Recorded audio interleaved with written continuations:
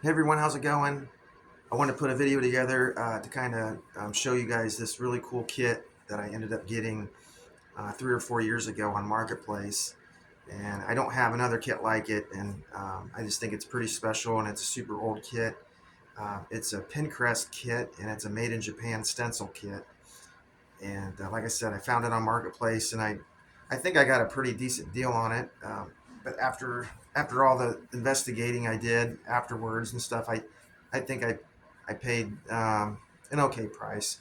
I had a lot of work that I had to do to it to get it so it was complete, and I'll kind of show you some stuff on the drums here in a second. But I did have to buy, or I had to add bottom hoops to both toms, and it was missing lug casings for the tension rods on the bottoms of both drums also, and so had to do a little work to find those on the internet, and I was able to do that. So kind of talk about that here in a little bit. But anyways, this kit.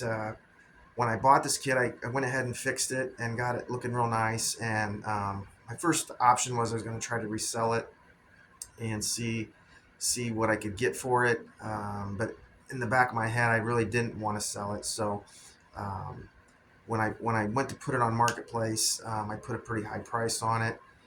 But the neat thing is that the collectors out there and the drummers that are out there who know way more about this, about drums and about these kits, they got a hold of me to tell me what I had, because my ad I put together, it looked like I really didn't know what I had, and I didn't, and I kind of still don't. So one of the reasons for putting this video together is hopefully I can get some more information from people out there that have more connection or familiarity with these drums. These kits are, like I said, they're pretty old, and I think this one was from either the late '60s, early '70s. So they're almost like close to being 60 years old. So, but what happened was when I put it on Marketplace, I had people messaging me, not because they wanted to buy it, but they wanted to help me with it. So I made some notes for this video that I wanted to make sure I didn't miss out on some of the things that I found out, because everyone that reached out to me was very, very helpful and was trying to help me and give me some knowledge on these kits. So I appreciated that a lot. Um, so basically, these kits were made in Japan, and they're called stencil kits. And this one is made by Penncrest, which one of these guys that messaged me said that they were made by Pearl, which kind of makes sense. And so if you look at the name Penncrest, these kits were sold in JCPenney catalogs in that era. So that would make sense also with the name Penncrest and JCPenney's. They kind of sound kind of similar. Um, and they were exclusive to JCPenney's. This particular one, like I said, there's more made in Japan kits out there, and there's so much information out there. You could spend quite a lot of time trying to get familiar with them. One thing I'll just add before I forget, I noticed when I looked up these kits, the different colors and the different patterns, you just really don't see them anymore, like what you can find on those made in Japan kits. They've got really special wraps and different kinds of textures and stuff like that. So it's something that if you're interested, you definitely should look into and see. Um, but at the time, these kits were considered pretty high quality for what they were, and they were kind of like a budget kit, because at the time, Ludwig and Slingerland were heavy hitters in that business, and their kits were more expensive, and more of the professional players were playing on those kits. So the goal was to make these kits for people, the consumer, and have them so where they were affordable but still were nice. And so um, you don't see anyone really playing on these kits. I've done lots of YouTube searches and stuff like that. These kits primarily stay in people's rooms and basements, and they're just nice kits to have, just to kind of play around on. They're not heavy duty. The wood's not, you get a certain kind of tone, but it's not really the tone that maybe someone's going for in a big setting. So um,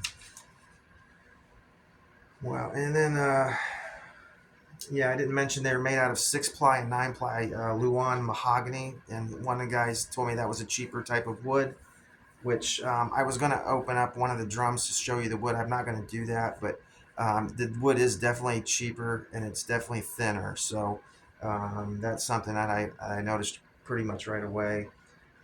Another guy messaged me and told me, and I'm going to show you the tom arm mounting bracket. He mentioned that it was added in the 80s, and the more I get to looking at the kit, I'm thinking he's right on with that because of the way the logo is on the bass drum. And I'll flip the camera around so you can kind of get a better look at that here in a second. But yeah, I had a lot of information thrown my way, which I was so happy about. So, yeah, and I would like for the conversation to keep going with anyone who sees this video because I'm still learning about it.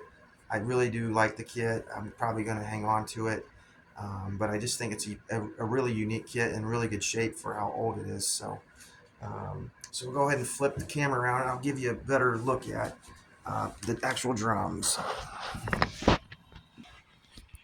Okay, so I'll kind of stand back a little bit.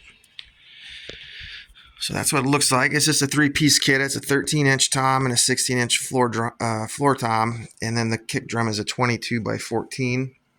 And as I was saying earlier, this is what I was missing. I was missing these on the bottoms on both toms, and as you can see, I don't know if you'll be able to see, they're just slightly different. So I had to go on eBay and I found what I felt like would be the closest match.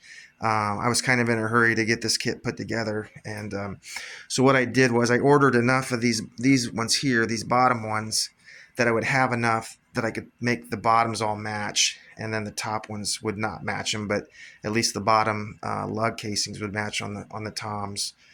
So I try to keep it kind of symmetrical in that aspect. But so yeah, I had to replace those, and I had to add hoops. These bottom hoops on both drums, which I already had some hoops laying around, so that worked out really nice. The tom arm mounting bracket, this is where I hope someone can help me with it. I'm not sure if it's in the right spot because of the Penncrest logo is where it's at, and I don't understand where the bass drum spurs come out at. I almost feel like this bass drum needs to be flipped around. So, but I'm not real sure about doing that because of the tom arm bracket where it's at. It just makes sense that the tom is where it's at. It's the most comfortable place for it to be. And I don't know if I did flip it around at one time to see if it worked. I think I did, and it did not feel right.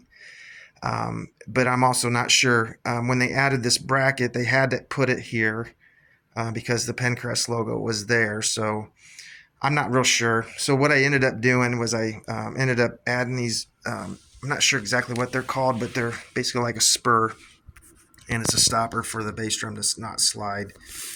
And like I said earlier, I don't know if I said earlier, but I don't play out on this kit, and I use it just kind of to, just play around in at home. So I don't have any plans of playing out on it, but I did add that.